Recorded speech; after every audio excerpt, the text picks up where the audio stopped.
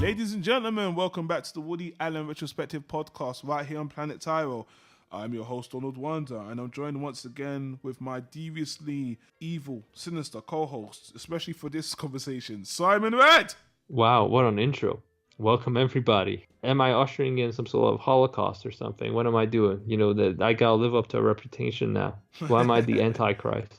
Well, you might be one of the characters in this movie we're about to talk about, but before we get to today's discussion with you, let's talk about last week. Last week, we spoke about a Woody Allen movie that I professed, very surprisingly to some of you guys, that is my favorite Woody Allen movie, the movie called... Nobody cares. The movie called Another Woman. If you want to check out that review, click on the YouTube card in the top right-hand corner. And Simon, you motherfucker, just said nobody cares. Well, I will say this, fun bit of trivia about Another Woman, since we're on the topic. That character is the one Woody Allen identifies with the most. He says that character in Another Woman is the most like him in real life. So if nothing else, you guys want to check out that movie just to see what Woody Allen's like and not that whimsical, neurotic, I can't figure out what I'm doing character. So, That has absolutely no bearing on my life or anything that I do, but thank you for the information anyway. Translation, you still don't care. That still wouldn't sway you from loving the movie. Yeah, no. So that's still all you. Which is way better than TVs. No, it ain't. It smashes in never TVs mind. into a million pieces. No, it doesn't. You bitch. Anyway, shall we move on? No, because I got to do the pre-roll. Guys, do not forget, we got the website, Woody Allen Retro. I'll get a sandwich. Yeah, you do that. Woody Allen Retro, where we've got all of our reviews catered up, lined up, because this is a retrospective we've been doing for quite a while now. We're nearly halfway through Woody Allen's filmography. And in case you want to check out the other videos, Another Woman, Manhattan, Annie Hall, they're all in the playlist. Thank you guys for listening on the podcast. Thank you on iTunes. If you don't know, we're on every single iTunes app. I'll leave a link in the description. Guys, lastly, do not forget, these reviews are spoiler discussions. You want to watch the movies before we get into it, because when we make all these in-jokes and talk about the movie in detail and you guys don't get it, it's because you haven't watched the movie, and we do get complaints about that sometimes, so I like to address it now. Watch the movie first, but if you don't care and you think we're funny and you want to hear what we think about the movies anyway, then check out our spoiler discussion on the next movie coming up right now. And now's your chance, Simon, to introduce the next movie, which is a movie that people say is Woody Allen's fourth greatest movie. First, Annie Hall, Manhattan, Hannah and the Sisters, and this movie, which is... Finally, yes. Crimes and Misdemeanors from 1989. We made it. We made it through the 80s Woody Allen filmography, the decade of depression. As you guys probably noticed, if he's not making a movie that is some sort of retrospective or looking back the previous decades, then the movie's going to be quite depressing when it's set in the 80s. And Crimes and Misdemeanors is no different. And from a certain perspective, it's the ultimate 80s Woody Allen movie. It's a compilation of all the ideas and angles he explored in the different films leading up to this point, and actually very well executed. We mainly follow a large group of characters combined through family ties, with two leads. One is Judah Rosenthal, played by Martin Landau, and then we have Woody Allen's own character, who I believe was called Cliff Stern. So they're similar and opposites at the same time.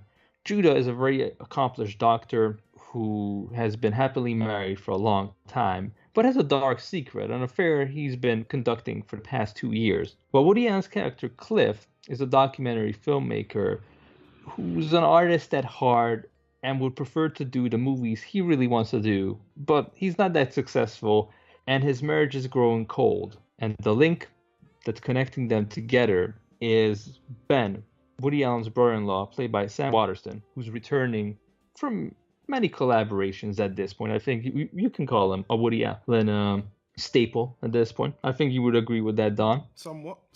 Yeah, and he's one of the best performances as a supporting character, because he's a rabbi, and he's kind of like the moral and emotional support for Judah's character, and he's going blind, which automatically makes him sympathetic. But the core of the movie is still very familiar Woody Allen themes of depression, growing older, having an affair, being unsatisfied, but with a more darker turn than ever before. Yeah. Now, I'm struggling to do the summary for this movie, and I'm thinking 2 steps ahead before I say anything. And the reason is that even though this is a spoiler discussion, and we always encourage people to watch the movie, which I recommend, but my main problem is that I don't know if you can guess this, that there's a Woody Allen movie down the line that I know we both saw, and I know we both really like, because you recommended that movie to me back in the day, and up until this day, it's one of my favorite Woody Allen movies. It's still, even after, we're 20 some movies into this retrospective, is still in my top 5. And like with a lot of his previous films, Woody Allen likes to revisit ideas later down the line, and the movie I'm referencing is very similar in many aspects to this You might one. as well say it. Stop beating around the bush. It's Match Point. I know. No. I want to save it. You're talking about beating around the bush. Hell, but I want to save it for later down the line. Because it's like it's 15 years down the line. We'll get And to I didn't that, know yeah. if I should bring it up. But my big problem is, because I'll tell you right now, people, even after the long-winded summary, this is a good movie. It is really an ultimate collection of Woody Allen's ideas, executed well. And the one tick box you can check is that the characters actually interact. You know how we talked about in Hannah and her sisters, the characters are kind of disjointed and the different storylines don't really link up until the very end. Mm-hmm. Here it's much better. The characters meet and interact with each other, and even though the separate storylines don't have the biggest impact on one another, it still flows organically. So it's a very well put together movie and a real achievement for Woody Allen as a director. Not sure if I agree with that, actually. You'll be surprised, actually. Oh, I thought it was a step up from Hannah and her sisters. But, end of the day, Match Point, much better film. And I think if you watch this movie before you watch Match Point, you're kind of spoiling Match Point for yourself. No, that's and not true. That gives me a great dilemma. And what do you think? Now, the reason why I say that's not true off the bat, because let's start with the Match Point thing. Simon, we've already said in this retrospective many times, Woody Allen just retakes ideas or films he's done before and kind of re-improves them, and you see them again in a better version. And I actually think if you watch this before Match Point, you get that again. You see this movie, you watch Match Point, and you basically get to see a better delivered idea of this concept again. And this and Match Point are the same. So to be honest with you, the chronological way to watch this before Match Point is the better way. If you watch Match Point and then watch this, like you have, Simon, you're going to have more of a problem, which I think you should stick with that more, because the movie itself, this movie is the 4th highest praised Woody Allen movie across the board. People love this movie. It was a masterpiece. Just like you, Simon, I think it's a very good movie. But again, let's put Match Point to the side. As you said as well, this is another movie where he's taken bits and pieces of his drama period and just focused in on them. For example, you talk about Hannah and the Sisters. This film is very much like a darker version of Hannah and the Sisters, because again, and in a lot of the ways, I'm not happy. Like, the one complaint I had against Hannah and the Sisters, which I thought was really, I don't want to say nonsensical, but it was really weird, was that Woody Allen had his own movie where you feel like he added his movie in another movie. And I watched this, and it was the same thing again. It was like, sorry if I shouted it, guys. Let me just explain myself a little bit more. Woody Allen has this separate storyline where he's a documentarian and he hates this guy who's a more successful person in the movie industry than him, who's his other brother-in-law, Lester, played by Alan Alda. Alan Alda, correct, and that performance is fantastic, and I got a lot of interest in behind the scenes for to talk about. When I saw this movie, and I already knew what I was getting into, because again, this is me rewatching it, I didn't actually remember this Woody Allen storyline in this movie, because it's so separate from the narrative of this murder, cheating, infidelity guy, that I thought to myself, again? But here's the thing, I will praise. If the movie was just a crime to misdemeanors part with the murder and the love interest, it would have been a lot shorter movie and it might have been too droll. Woody Allen's part is different. It's got to do with, it kind of falls in love with someone. He's in an unhappy marriage. The two ideas don't marry well in the movie. But the difference is, the difference is, with Hannah and her Sisters, that was a religious comedy. Woody was going with some religious comedy on one side, where you've got the infidelity and the sis on the other side. What Woody's dealing with this time is not so, the tonal shift isn't so drastic, but to me it was still like, it makes the movie more enjoyable having a different tale with this other murder thing. To me, it still doesn't, to me it was like, it's a movie of two stories in one. And there's a lot of movies where you've got different characters going on different storylines, you know, Pulp Fiction, that are really intertwined.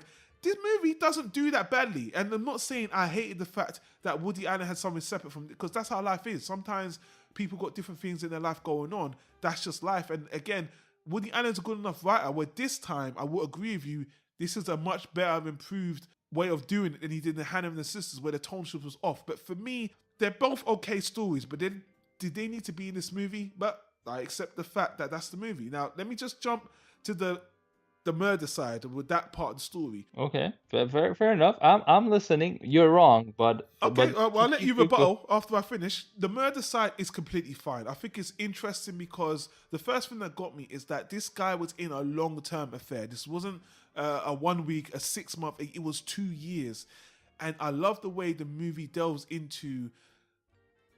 The movie shows that he is in a situation where this woman is being, I don't want to say unreasonable because he's an asshole, but she's being very erratic. She's making all these threats. She's really posing that threat to his life. And he does try to be civil. He does try to control her. Let's not get it wrong. What he's doing is bad. He's trying to control her. He's trying to protect his own little life. And he comes to the conclusion that he has to do this heinous crime, but he battles with it. And that's what I like. This movie, he battles with it. And I think the movie has a very good legacy because a lot of other movies, you wouldn't have that battle. You wouldn't have that inner turmoil of the right and wrong, which the movie is mostly about discussing the rights and wrongs of the murder. And he acknowledges what he does was wrong and all that stuff. And even after the murder, there's this big guilt that weighs over him, and then it ends in a very resolute way. But at the end of the movie, I thought to myself, you know what? Could it have done without the Woody thing? Because the Woody thing is a good romance. That is, Woody Allen's acting. By the way, in the movie, Woody Allen's acting is very good. He playing a very jealous, still neurotic, and still someone that works in. Actually, this is the second time Woody's playing a character that works in actually. And in Hall, he was a comedian as well. So actually, this is the third time he plays himself as someone in the industry, because I mentioned this on Hannah and the Sisters as well. I love seeing Woody in a television environment. And again, him being a documentarian is so funny. The movie he actually comes up with for that guy, Alan Alda's character, the mockumentary, the insult he makes it was so good. And look, I'm going to let you rebuttal, because I actually want to hear why you disagree with me on the mixture on this, first of all. Here's the thing. First, let's focus on Woody Allen's storyline, right? Go on. So basically, in his cold marriage and his lackluster career, where he can't seem to get paid for what he wants to do, and people want to do movies he doesn't want to do, I wonder where he got that idea from. You know, that's kind of an alien concept for him, right? Playing a filmmaker who can't do the movies he wants to do, but. Basically, his wife sets him up with his job to make a documentary about his brother-in-law, Lester, a guy he cannot stand.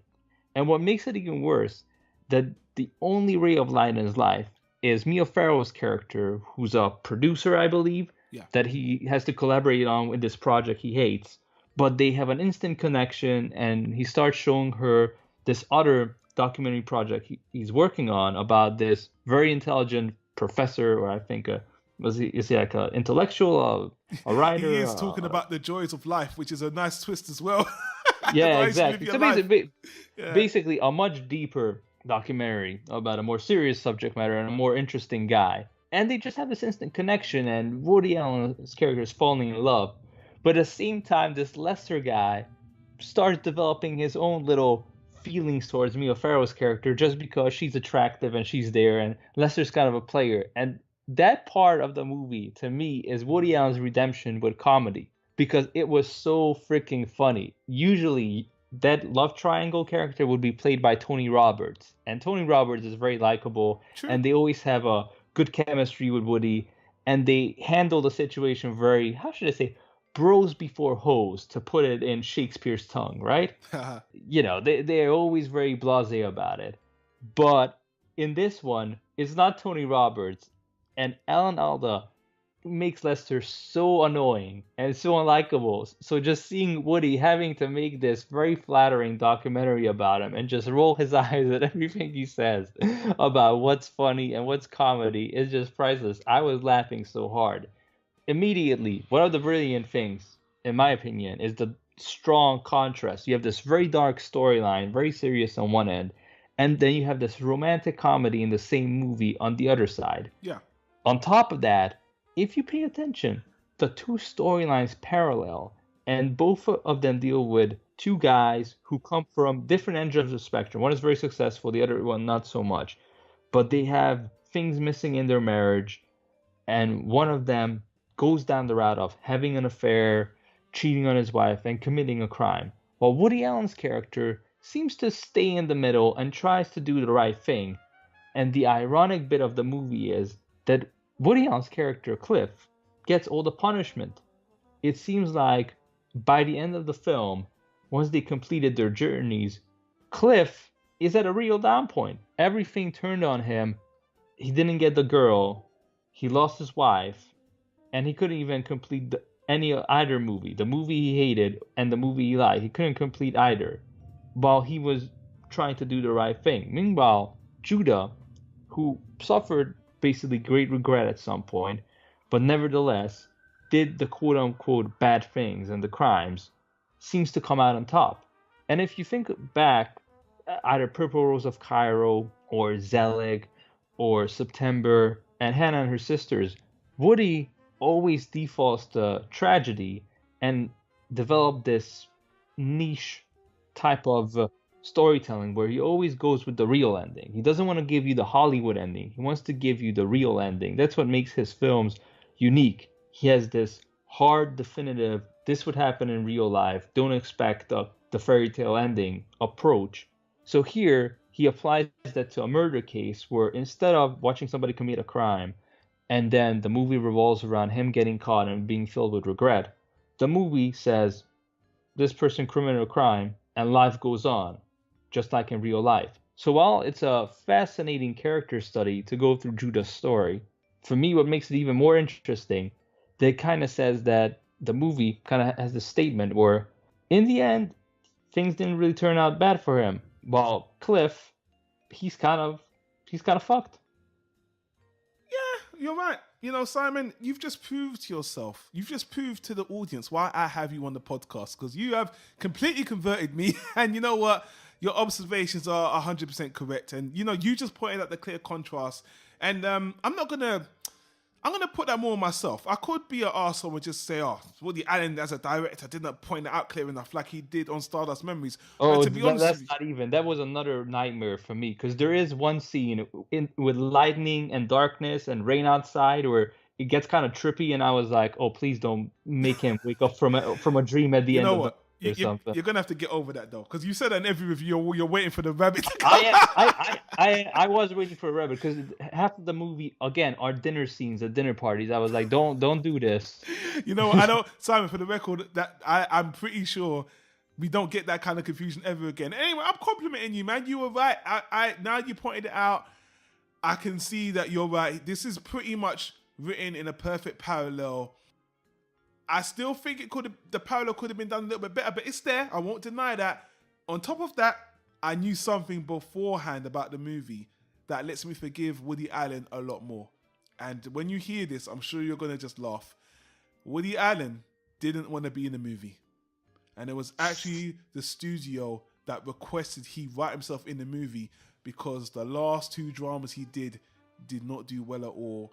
And they were like, you know, we need you in the movie to bring in money, because when you're in the movie, people are going to come and see you, even if it's a drama, please. And, you know, he lost a lot of money. I'm not saying they were very, in comparison to his other movies, the last two movies, September and Another Woman, they were pretty much, in the grand scheme of Woody Allen, catastrophes financially. So they were like, please write yourself in the movie, which he didn't want to do. And actually, the actor that was meant to be playing a similar role, because that role, it's not even that he wasn't meant to play that character. That character, the movie was really meant to be just the infidelity side. The Woody Allen side was, but he actually did that by studio request, And I guess he felt guilty because I don't think Woody actually bends to the wills of the studio, but I think he actually felt a little bit guilty that they've given him a blank check to do all the movies he wants under complete creative control.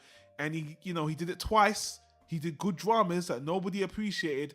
And now he's like, you know what, man, I could be an arsehole and just do what I want. But you know what? Let me try to, do it both ways. And I will say, man, in doing it as a director and as just a person, I think it's a really nice, this is a change for Woody because he doesn't do that often. And we're going to see that he does what he wants because that's how he works. This time, you probably wouldn't have known until I just said this to you. I mean, would you have even thought that he didn't even write the character? But again, I did feel a little mismatch. But hearing that, I was like, that makes sense to me now a bit more. Why this movie feels like it didn't feel like it was meant to be a parallel story, and now I know it really kind of wasn't. Oh well, to me the movie works as it is. Well, that's like good. I said. Well, that's good if it works. And anyway. I converted you, so you have to side with me now. Like there's no going back. You can't switch. Well, no. Well, I agree with you that the message and his intention is there. As for my enjoyment of the movie, I mostly, you know what, I will say this. Woody Allen and Mia Farrow, they have the best chemistry they're ever going to have in this movie. I can say that right now. Even the first movie, Midsummer Night's sex comedy, when they was the first time they got together and they were those Mr. Lovers or whatever, the chemistry here is so earnest. And Woody Allen has a very sad final scene where you can see the disappointment and heartbroken on his face. And, Woody Allen has said now more recently, not even more recently, especially this time in his career, I want to do dramas. Dramas is what I want to do. I know I have a talent for comedy, but drama is what I want to do. And when I saw him do this, I was like, you know what, man? As an actor, Woody Allen, you got talent. This is another movie. I know you said this in not Play It Again, Sam. The Front. I know you said in the Front. I was about to bring that up, but yeah. Yeah, you enjoyed his acting. Here, I think this is the best I've seen Woody Allen as an actor, and I'm surprised because I wouldn't expect that. And on top of that, he's not really the focus of the movie, and he does such a good performance. And I will give Mia Farrow credit as well. She actually plays the role very well, even though she ends up being, I wouldn't even say a bitch, but she just makes her choice as a character in the movie. No, she's not a bitch. She's a dumb bitch.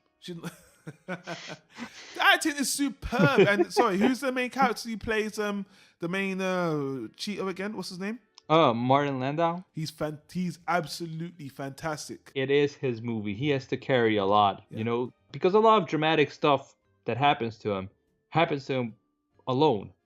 He's at home alone. He's on the phone. He's in the car, and that's tough acting. You have nobody else to play off of. You have to emote and awake all the emotion by yourself.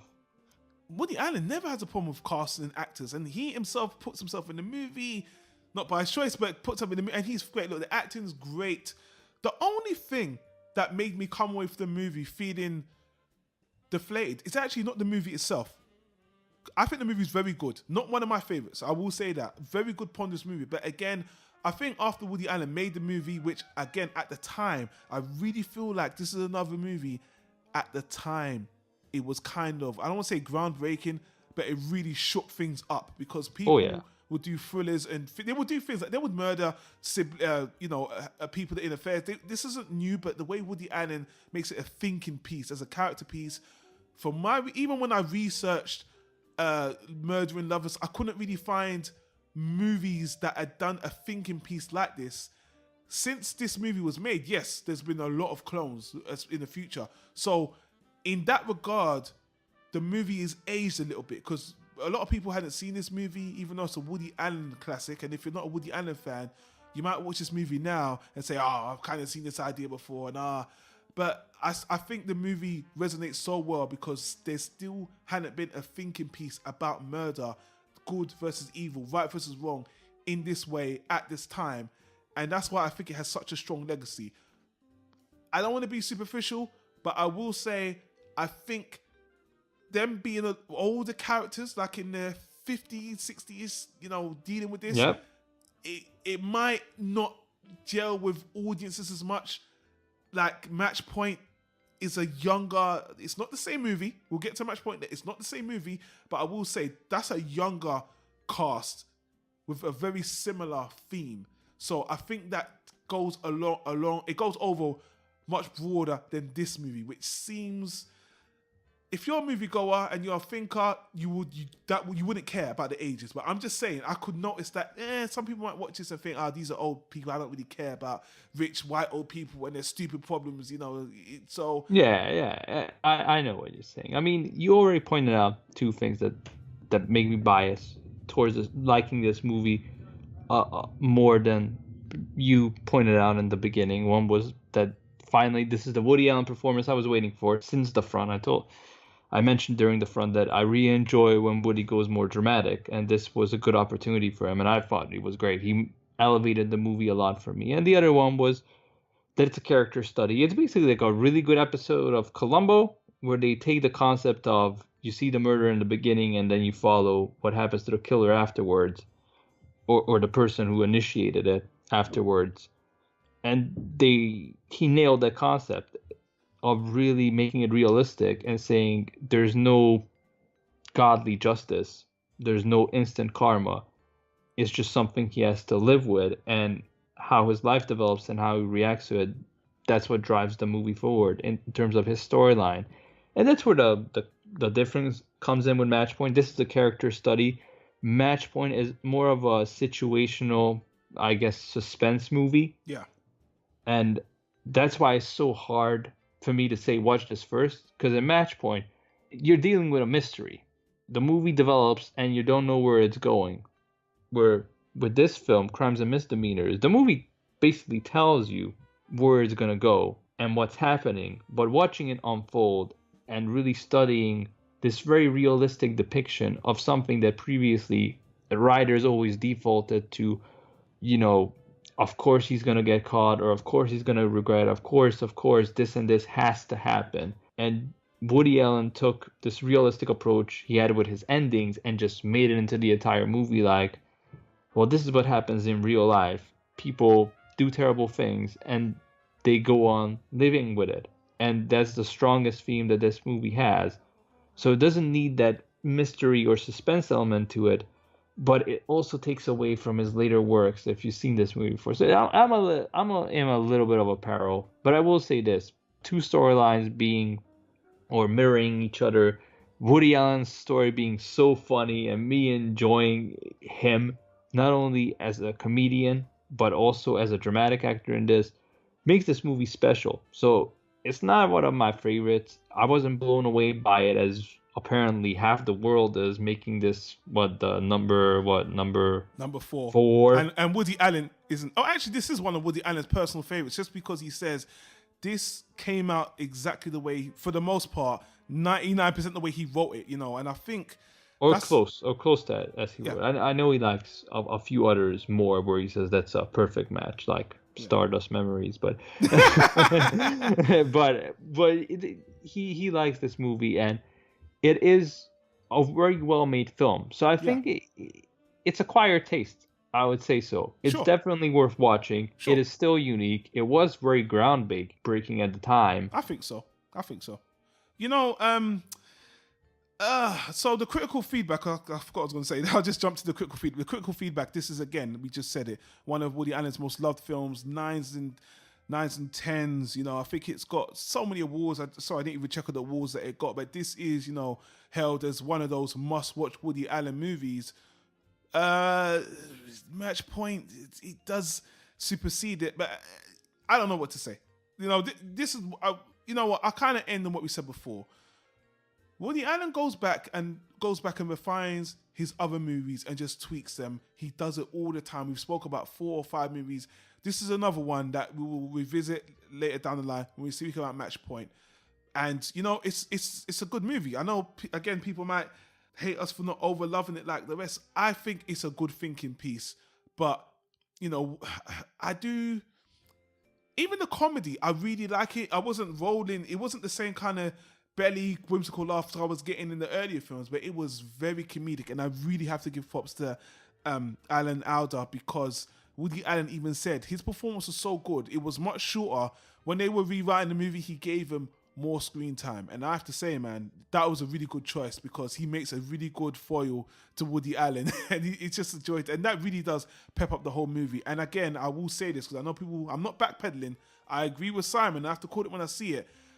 It is a much better 2-for-1 movie.